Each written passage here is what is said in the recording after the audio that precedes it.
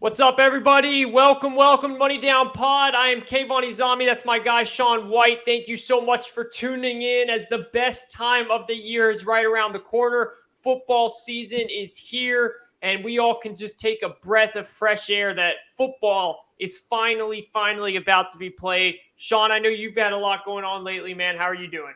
Doing all right. In the middle of a move. We're at my father-in-law's house right now, about to shoot back to North Carolina here in the next day or so.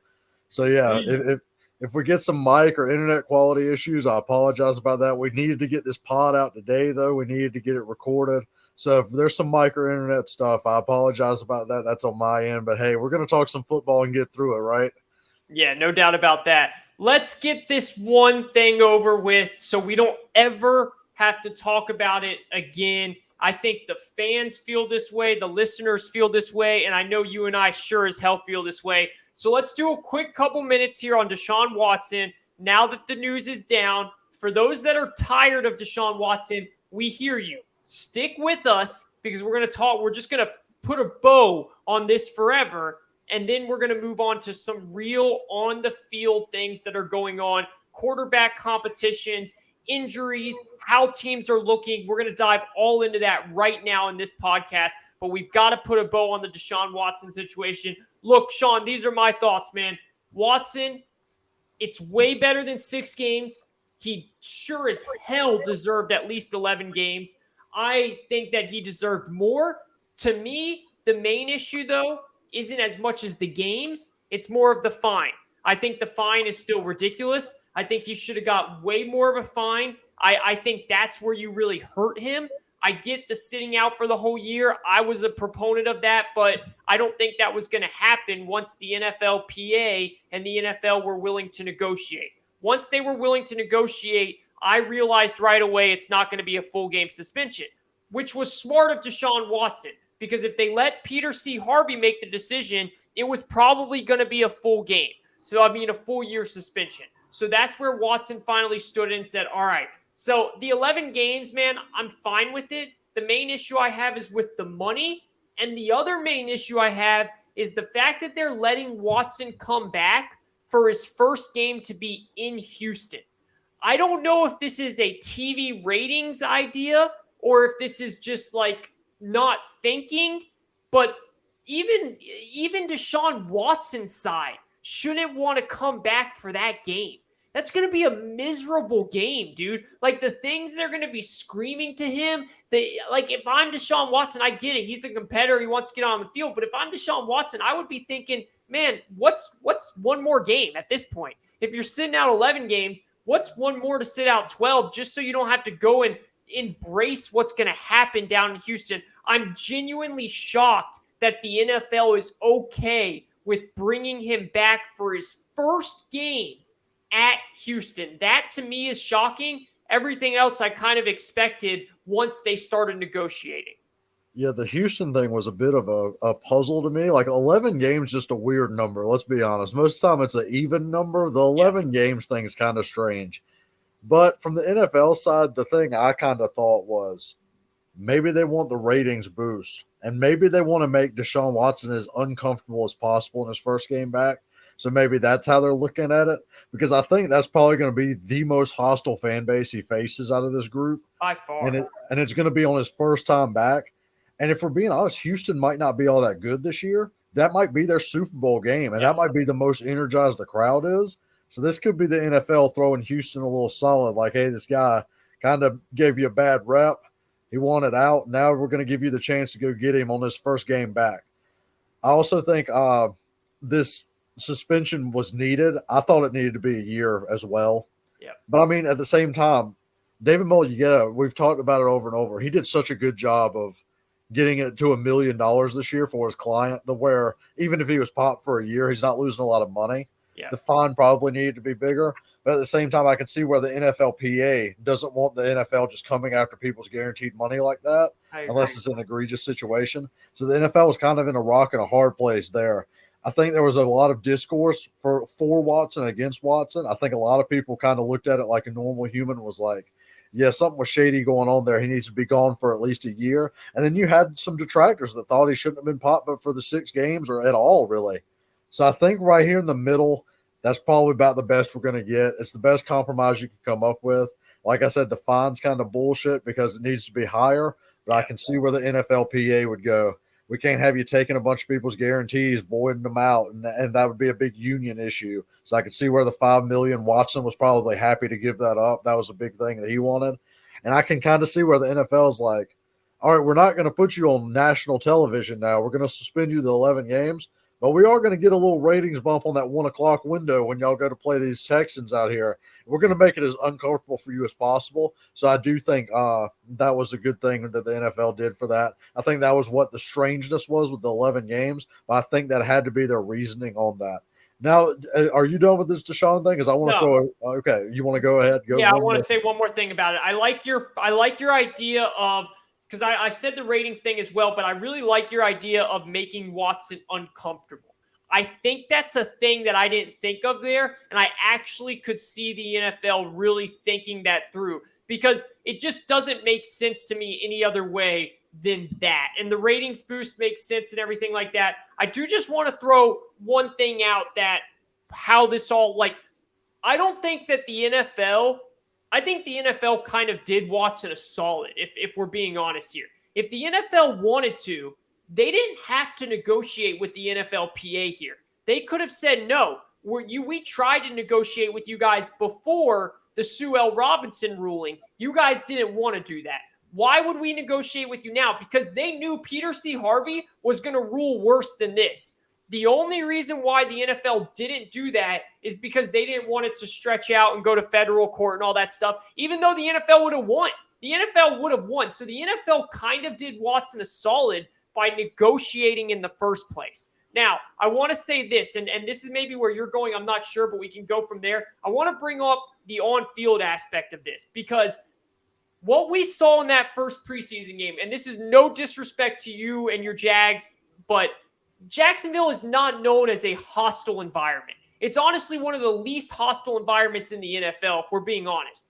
And those fans were rowdy towards Deshaun. Those fans were rowdy and screaming things towards Deshaun that were wild, man. That were wild. And if that's happening in Jacksonville, dude, I think Deshaun Watson is in for something that he didn't even expect was going to happen when he steps back on the field. And I am fascinated, Sean, to see how Watson plays through that. Because Watson's entire career, listen, whether you really hate Watson or not at this point, that's totally your call. But one thing is very true. Before all this stuff came up about Watson, Watson was pretty much known as a saint. Like Watson, he gave his first game check to everybody in the Texans organization. Everybody in Clemson raved about him. Now, obviously, we find out sometimes that perception is not reality, and these people end up becoming someone we don't think so.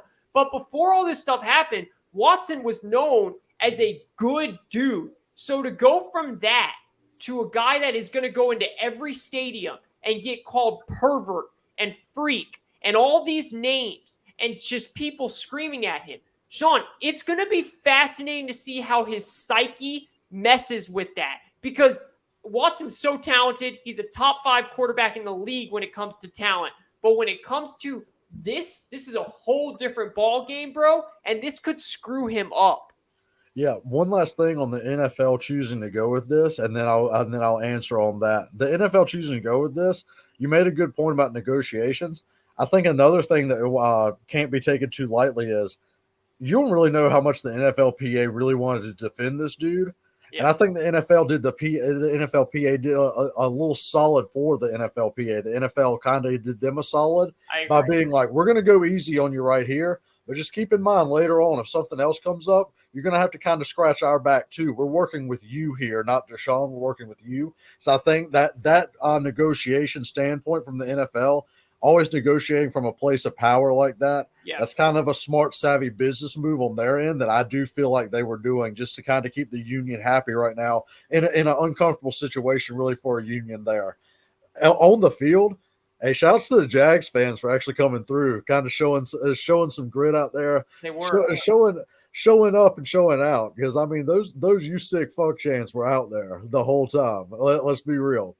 And he didn't do that well on the field playing either. Let's be honest. I mean, he's rusty. We knew he was going to be rusty.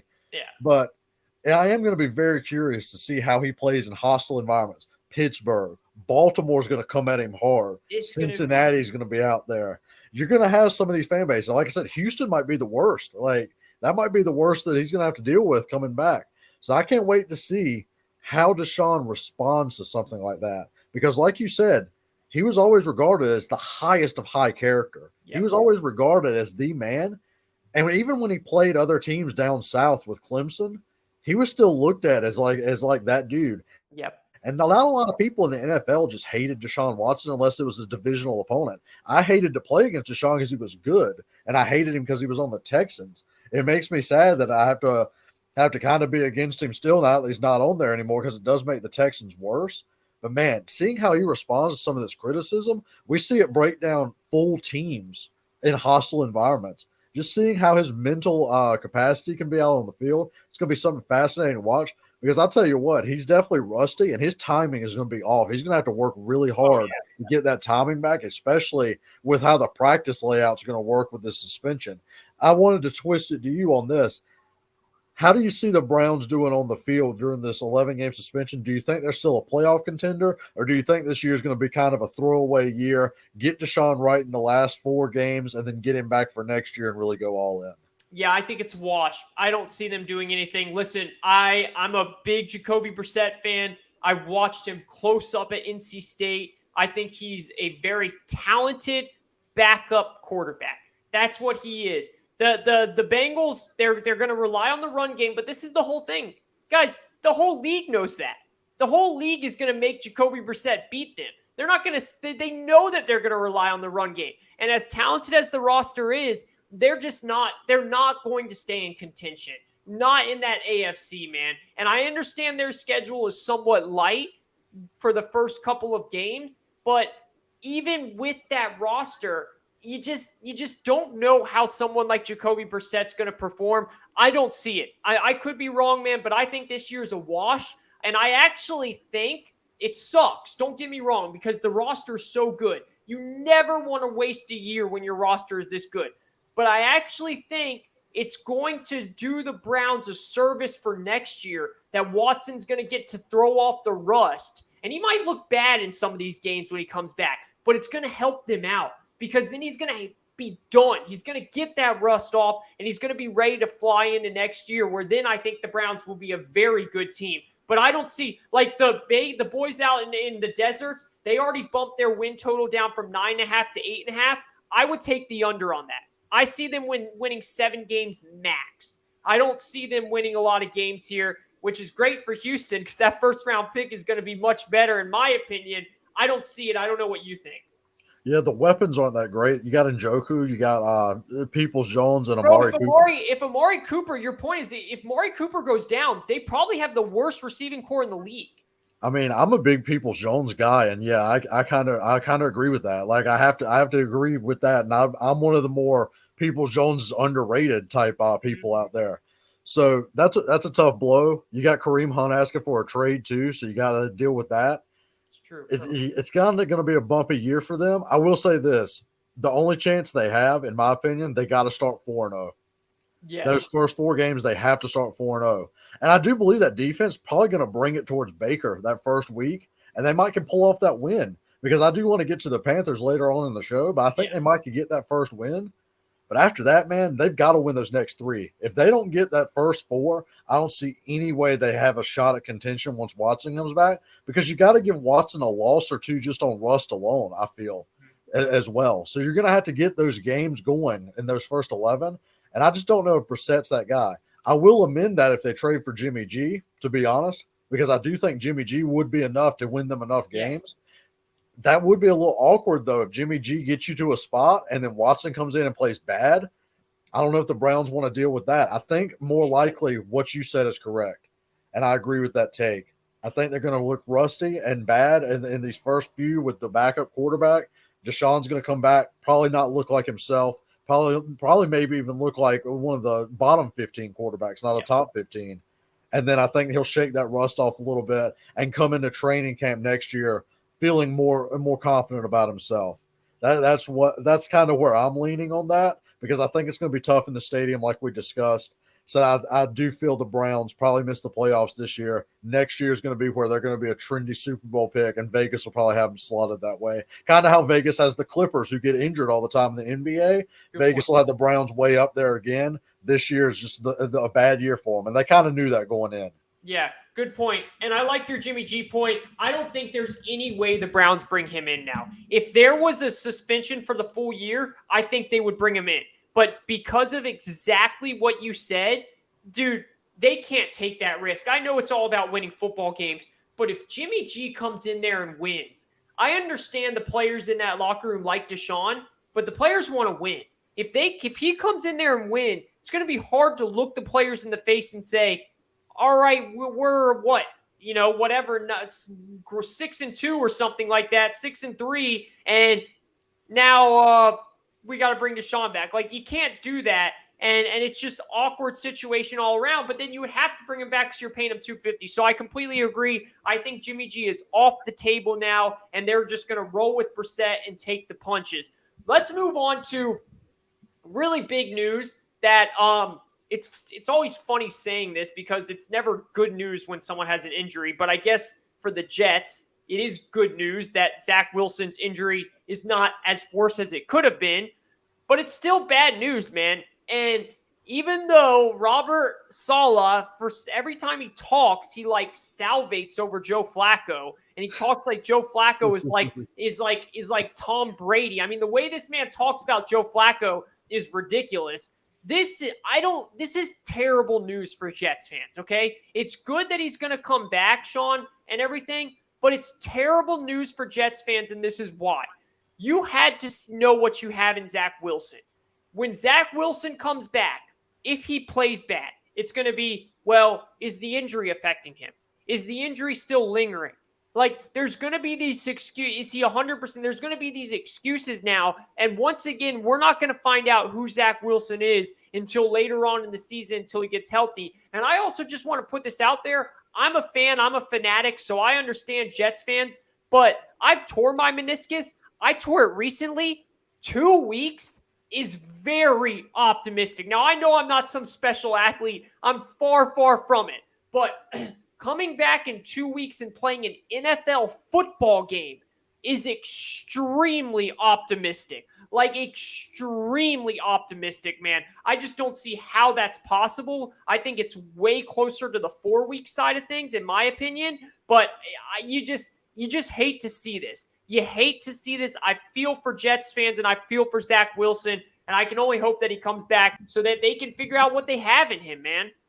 Yeah, that's an important thing. And what I think what you're telling me is that I shouldn't come over and just drive my shoulder into your knee. That wouldn't feel too good right now. That would not feel good, man. No, I would. You did that to me, I'd be out for 2 years. Like, so, I mean, it'd be over.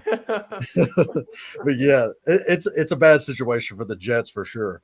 I can tell you what's an even worse situation. That pick he threw before he got hurt, that was rough too. Because the big important part is he needs these reps, man. He needs the reps in the preseason. Exactly. He needs to get all those throws out. He needs to get the timing with the receivers down, and he's not going to have that now. It's going to be all Joe Flacco back there. Robert Saleh talks about him.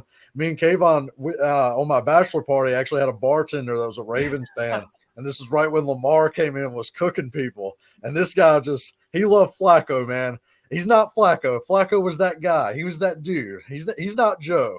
Man, some of those Ravens fans would hold on to Joe Flacco, and it sounds like Saleh was on that staff or something. Oh, man, my God. I forgot about that, bro. The way Robert Saleh talks about Flacco, he's just a fanboy at this point. But I'm telling you, Zach Wilson needs to come back and show what he has, because this is a fast league, and you can't have a meniscus injury. Even though Kayvon did speak about how tough it is to come back from that, NFL don't care about stuff like that, man. You got to go perform. So it's going to be tough. It's going to be tough for him to come back, have the timing right, and look good. It's an uphill battle for Zach Wilson right now, because really that staff is on the line. If they don't play well, I could see Saleh getting fired. I don't know about Joe Douglas because his drafts have been so good, but I could definitely see Saleh getting fired and trying to get an offensive guy in there for Zach Wilson. But really, you don't want that to happen right there, because I think Mike LaFleur is actually a solid play caller, and I don't think he's ready to be a head coach. So this is going to be a very interesting time for Zach Wilson. He's going to need to come back and come back strong. The way he threw that pick, the way his knees hurt now, it's not looking right for him. And I'm very confident in that under for the Jets that I was talking about, especially now with Flacco probably starting 1 or 2 games for him. Definitely confident in that under now because the first part of their schedule, it's a little weak, but after that, it's murderer's row for about 9 games. So I'm telling you, it's going to be a struggle for Jets this year. I'm sorry to say that because I do want to see what they have in Zach Wilson for sure. Without a doubt. And I think it would be fair to say, me and you kind of been on this, I think it's fair to say that the two most fascinating players in this year's NFL is Zach Wilson and Trey Lance because we have no idea what they are. Like, Trevor Lawrence had a rough year last year, but 99% of people still think that Trevor Lawrence is going to be a stud. Like, I mean, yeah, the preseason. Did you see that preseason game? That's what I'm saying. Like, nobody doubts Trevor Lawrence is going to be bad. If you've heard someone say that, they're either just like a South Carolina fan or just a hater. Like or a Jets fan. They hate on it too. Something like that. But, I didn't like Zach Wilson coming into the draft. I had a ton of questions about Zach Wilson. And this was one of my questions is his body able to take hits like this in the NFL? And I love Trey Lance, but there's questions about Trey Lance too. So there's those two guys, man, they got to show themselves. And this getting injured just sucks because it just pushes everything back. And if he does play bad, you're going to have that, well, he was injured, he didn't get the reps and all that stuff. And it really just ruins everything. Like, Justin Fields is there too, but I think everyone is looking at the Bears and saying, we feel bad for Fields. Like, Fields is going to get kind of he still has to play well. He still has to show that it's not on him. But Fields is going to get a little bit of a slip because the Bears seriously could be the worst team in the NFL this year. So, though it really just sucks for Jets fans, I feel for them really, really bad. Let's move on to Trey Lance and the 49ers. I know he only played 1 series. You have been very questionable of Trey Lance more than anybody out there. How did you feel about that 1 series? Does that change anything for you? What are you thinking right now with Trey Lance and the 49ers? I mean, I liked what I saw definitely from a pocket presence standpoint, and his release wasn't long and loopy, but he did have good protection in the pocket. He stepped up and made a good throw. It's really hard to judge someone off one bomb throw, though. You know what I mean? He threw it straight to Danny Gray. I actually think it told a lot about Danny Gray that, hey, this guy can be a dynamic slot guy beside Debo and Ayuk. He's going to get over the top a few times this year. So I think that actually told a lot about Danny Gray. You really want to see Trey Lance start to actually work the offense. I want to see him on the short and intermediate passing game because that's where my questions were. It was never the deep ball that concerned me. It was always the short and intermediate accuracy that you need in a Kyle Shanahan system. I know you love the running part. We didn't get to see any of the legs usage. I wouldn't think you'd see any of that. I know a lot of people was happy that he slid, and Kyle Shanahan came out and was like, oh, I'm so happy he slid right there and stuff like that. So that was a good sign. It was all positives for me in the preseason game. I mean, you can't get too high and too low on preseason games, but I do think there are some things you can take away from this. And I think my takeaway is he's going to have explosive plays like I thought he would. It's really that short and intermediate accuracy and getting fooled by some defensive coverages that worries me. And I'm not really going to see that maybe until preseason week 3, but really maybe until the regular season week 3 or 4 because they start out with the Bears in Seattle, and he's going to probably come out hot. And until he starts playing those better defenses, that's when we can really make an evaluation on him. That's when I'm going to really be paying attention and start to change my opinion if I'm going to change it on Trey Lance. Yeah, I think the main thing you hit on there is how he does his throws within the Kyle Shanahan offense. Because one thing, Jimmy G, people like to rag on Jimmy G, but man, when it came to throwing inside the numbers, Jimmy G was great at it. Now, he always had these couple throws at games that we just said, what the hell is wrong with this guy? But he was great at it. And I just feel like Trey Lance is more of an outside the numbers guy. And it's just going to be interesting to see how he fits in that with what Shanahan wants to do, which is not necessarily that. Quickly on Jimmy G here. I think this is the weirdest shit going on in the NFL right now, bro. Dude, the guy he's not doing anything. He's not attending meetings. He's not playing. He's pretty much just getting a paycheck. And then now Mike Silva's putting reports out that, once he got his long-term deal, he stopped texting people. George Kittle said he was the hardest quarterback he's ever had to reach. He was always so hard to reach. Like, these are things that we never heard before, and now all this stuff is coming out, and now nobody wants to trade for Jimmy G. Dude, like, the Jimmy G thing is weird as all get out. And my question is to you is, what's going to happen now that the Browns are out? Like, are we really just going to sit here and wait for an injury? And if no injury happens, he's going to stay on the Browns? I on think the 49ers? I think he's getting cut before the week 1. I think they'll cut him before they keep him on the roster because his money don't guarantee until that week 1. So I think they're going to cut him before that if they can't find a trade partner, which in reality, I don't know who's going to trade for him. Yeah. Unless someone gets hurt. Yeah, that Brown situation's so strange. Literally, it would be like a 3% chance. Let me throw this. This is the only way I could see the Browns doing it. If the Browns were to trade like a 5th or 6th round pick and the Niners eat some of the salary, and then he plays well, I could see the Browns going, maybe we can flip him for a second if he plays really well in our system. And everybody's like, oh, okay, well, we'll take that. Whoever missed on the quarterback. But then you're playing the game the Niners are playing right now, which is we got to find a trade partner. I do think it just gets cut. He'll probably sign somewhere. I'm not sure where. I know a lot of people say the Giants. I think the Giants honestly should just run Daniel Jones out there and lose. That's what they should do because they're going to end up losing with him anyway. See what you have, give him the whole year, and get one of these stacked quarterbacks next year in the draft. That's what you should do if you're the Giants, in my opinion. I could see the Browns doing it because they don't want to give up their draft pick. But again, that's an awkward situation. Really, there's no real good spot for him. Let's be honest. There's no spot for him that it really works. The Rams have Stafford's tendonitis, but that seems to be fine now. Really, they need an injury, and I just think he's going to get cut before week 1. And honestly, I don't know where he ends up. Will Bill call him with the Patriots? Like, Bill loves him. That's the only thing I could think. Maybe, but that's weird, though. That's weird. It was weird that he drafted Bailey Zappi that high. They do weird. It's weird that that Matt Patricia's calling plays over there. That would be some weird shit. Like, it's just a weird situation in general. Like you're saying, I really have no idea where he ends up. It's one of the most crystal ball, no clue where this guy ends up at all. It's a strange situation. Yeah, I agree with you. Maybe Seattle, but dude, I think Seattle. Like, I know people think that Pete Carroll is doing this like cocky, I'm going to show you that I can win with any quarterback. I think Seattle's fooling everyone in front of our eyes. I think Seattle's in a full-on tank mode. I think Seattle has already looked at the quarterbacks in this coming draft, and they said, hey, look, we're gonna act like we feel like we can win with these guys, and they're going to go out and get Bryce Young or CJ Stroud. Like, that's my full opinion on it. People think that's crazy because Pete Carroll's old and all that stuff, but I think Pete Carroll's healthy, and I think he's ready to get a new young quarterback in there. Maybe they would go after Jimmy G, but to me, man, it's only about the injuries. Let's go to the Giants here because I want to talk about the Giants because I think the Giants are fascinating.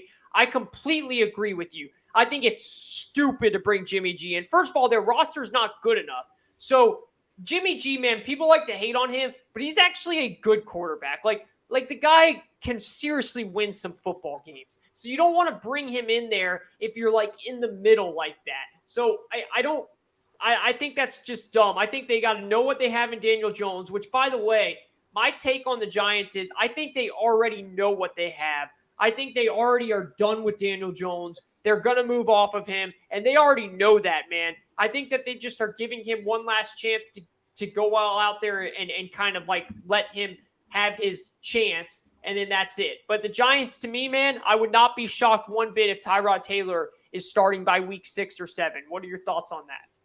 Yeah, that's interesting to put Tyrod out there. I mean, that seems like a trying to win move, which I don't know if they should want to do after week 5 or 6 because I really don't think they're going to win a ton of games. I think Daniel Jones is a bad quarterback at this point. Yeah. I mean, not even close to good. I think he's bad. I don't think Dayball's going to be able to do anything to help that out. I kind of think they just need to go tank mode for 1 year, which I know is going to suck to hear for Giants fans who've been drafting in the top 10 a lot lately. Yeah, but this is the year. You got to go get a quarterback fits Dayball's system. And there's going to be a few of them out there that I think really could fit Dayball's system well. So the Giants are in a real tough spot. I think they're automatically 4th in the NFC East. I don't see them really winning a ton of games. I think them and the Bears are almost locked top 5 picks for me. And that's and if Zach Wilson's out for any of these first few games, I think the Jets might be too. Those three might be three of the worst teams in the league. And I think Seattle might be doing a masterful job, like you said, of trying to disguise what they're trying to do just to try to out-tank those other people. Because these two quarterbacks are special coming out, and there's a lot of other ones out there too. So I do want to see what happens with the Giants. I do think they might eventually go to Tyrod Taylor just to get some momentum Spark. going. But, yeah. Yeah, just some spark or something like that. Yeah, just a little bit, but I think the Giants are in a tough situation this year. I'd be a little down on their prospects. I don't know what their over-under is, but I'd probably definitely go with the under. Completely agree. Now let's go to maybe the most fascinating hype job over the weekend by the fans, which was the Steelers, and the way they just went crazy when Kenny Pickett walked onto that field, man. I mean, it felt like I watched it live. It felt like a regular season game. It was wild. And Kenny Pickett did a great job. Now, I don't want to freak out about this because really the throws that he made were very just short throws. They were intermediate throws, which is great. You got to complete those throws in the NFL. But it wasn't anything too spectacular. What I did love was he had poise. He showed his ability to escape the pocket, extend the play, which they really like. I know the announcer was talking a lot about how they want to get him in a lot of bootlegs because he showed that he can do that. And he did that really well at Pitt. That was by far one of the best things he did was on the run throwing. My opinion, man, I think that they should start Kenny Pickett. I've kind of fallen off. At first I was all in on Trubisky because I saw that Trubisky can do things when he's around a good roster. And this Steelers team is not a great roster, but it's a good roster. And I do think Trubisky could have some success here. But I really love the way the fans and the teammates felt around Kenny Pickett. And I think that means something in the NFL, bro. And I think one of the most important things in sports in general is this idea of comfort. And Kenny Pickett is comfortable at home. He's playing at home. He's an older quarterback. Now, I'm not going to go over here and say that he's going to be some stud. I never said that coming into the draft. But I do kind of like the vibe around Kenny Pickett. And I think that they should just rip the Band-Aid off and start him week one. What are your thoughts on that? I agree with that completely. I mean, they acted like they won the Super Bowl in that game-winning touchdown in the fourth quarter of a preseason game, playing a bunch of insurance salesmen soon. I mean, they thought it was live out there. It was crazy. It was wild. They do need to start him. Let's be honest. We know what Trubisky is. We know what he is. He's not going to go out and win you a ton of games. And, Kenny Pickett might not do that either. But at least you're playing the young guy then. And by young, I mean 24-year-old rookie in the first round you drafted. You need to go play him. He already had all those college reps. You got to go see what you have in him. Because, again, this is a stacked quarterback class. If you don't have the guy, you can go out and find the guy. That's what you need to do. You need to see what you have in Kenny Pickett this year. If he flashes some special stuff, then, hey, you might have your dude. If he doesn't, hey, swing again next year. Give it a shot. Kevin Colbert's out of the building. It'll be someone else picking. I think he needs to be the guy out there. I think he energized the team a little bit. He energized the fan base. I think the defense will be more willing to play if they have a guy that, say, if he's struggling for the first few, maybe he's a baller in the fourth quarter. And I think Mike Tomlin might be kind of realizing that a little bit because as far as I know, against the Jags on Saturday, he's going to take second-team reps. Yeah. He's coming in ahead of Mason Rudolph, which, I mean, should have happened to start with. We all know what Mason Rudolph is at this point. So I do think that Pickett should start. And I think he might actually can win this job if he looks good these next two games. Completely agree. Now, I'll let you start off with this one because I know you brought this up in the beginning. Then I'll give my thoughts. I know you have a lot of friends that are Carolina Panthers fans. Before I go ahead. What are your thoughts on what we saw week one of preseason and what we're just kind of hearing over there? I'm hearing a lot of hype for the Panthers out of like Albert Breer and like reputable reporters. I know Jeff Schwartz did, but he's kind of a homer. He lives in Charlotte. I don't see it at all. I don't see it at all. And here's kind of what I see. And this is going to sound funny. I'm going to make this a big point that I wanted to make because I thought about it pretty in depth. Are we sure that Matt Rule isn't just Urban Meyer, but at a slower pace? I mean, I don't think he's going to have like the twerk machine on him in the bar or anything like that. I like He's kind of doing everything the college guys do that fail. He's just doing it at a much more like snail-like pace. It didn't happen in the first year or two. I mean, we've got some undisciplined play going. We have some random competitions that don't make sense. We have some weird roster moves. And now we've extended into doing a lot of fighting at the Patriots camp. Yeah. I mean, we're hitting every trifecta of Urban Meyer stuff that happened in 1 year with the Jags. It's just happened over 3 with Matt Rule. And I wouldn't be shocked at all if he's the first coach fired with Tepper. That wouldn't shock me one bit. Yep. But I'm glad he picked Baker Mayfield because obviously if you trade him, you take Baker Mayfield. It's time to go put him out there. I mean, Darnold's throwing picks in camp. Yeah. I don't really know the direction of the Panthers. I'm not very high on them this year, and I know a lot of my friends are Panthers fans, so it's like, I'm sorry to tell you this, I just don't see it this year. They probably roast me and say the Jags will finish worse. I don't see that happening. I think the Jags will have a better season this year. I do too.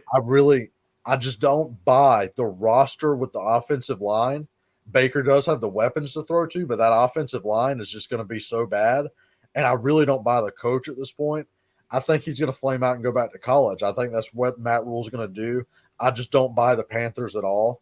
And if it wasn't for your Falcons having such a weaker roster and weak quarterback spot, I'd pick them fourth. But they kind of get lucky going against a Mariota-led team out there in their own division. But I just don't see the Panthers coming through and making this big playoff run that a lot of analysts are just randomly picking now for some reason. Yeah, I've noticed that too. I love your take on Matt Rule, and I want to just extend on it and say this. As a bettor, I don't ever say the word lock because I don't think there's locks, but there is one thing that I feel is almost a certain lock, and that is betting on Matt Rule to be fired after this year. I at this point, I almost feel like it's a guaranteed, bro. I just everything you said is spot on. What he's doing doesn't make sense.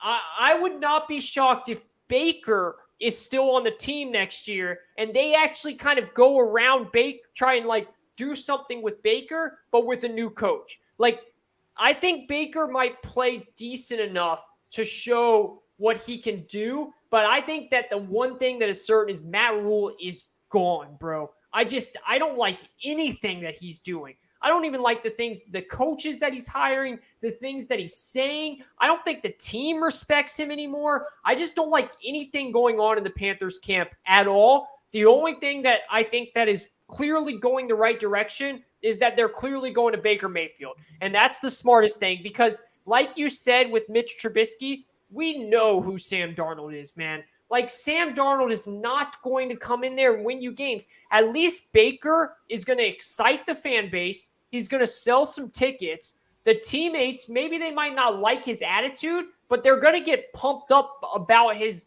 bravado and everything. I think it's a clear cut, and finally they're starting to realize that, and that's why we're hearing he's taking the lead and all that stuff. They're doing the right thing there. Baker has to start week 1. And it looks like that's going to happen. That's the only good thing to me that's happening in the training camp of the Panthers right now. Other than that, I really don't like anything going on. And I'm with you. If it wasn't for my Falcons, they would be dead last. But most likely, even though, man, I think Mariota might give them a run for their money in a couple games. My issue with the Falcons is their roster's bad, and I don't trust Mariota to last a full season. I think Mariota will eventually get injured. I hope he doesn't, but I think he will. And then Ritter's going to come in, and that's not going to go well. It's not going to go well. He's a rookie. He's not ready for that moment, and that's what's going to happen with the Falcons. So the Panthers, that's the only thing that they have going for them is that there's a team in the division that's worse, and unfortunately, that's my Falcons. Yeah, we're in complete agreement on that. So, yeah, I can't wait to see this preseason week, too. We'll come back and recap that for next week for sure with y'all. Awesome. Anything else you want to hit on, or are we good? I think we're good on that. I'm going to get this uploaded Friday morning, so everybody enjoy your preseason week 2. We'll be back Monday. We'll start getting heavy into the bets. The college football's coming around the corner. Yep. We'll get heavy into some recaps. Good to talk on the field and wrap this Deshaun Watson thing up because I'm sick of it like you. Amen. Yeah, stay tuned, guys. A lot of great content coming out, especially football talk now. We are in the football talk mode from here on out. So thank you guys for holding with us, staying patient, and waiting for more things to come out. We can't wait. We'll talk to you soon. Have a good one. Money Down Pod, baby.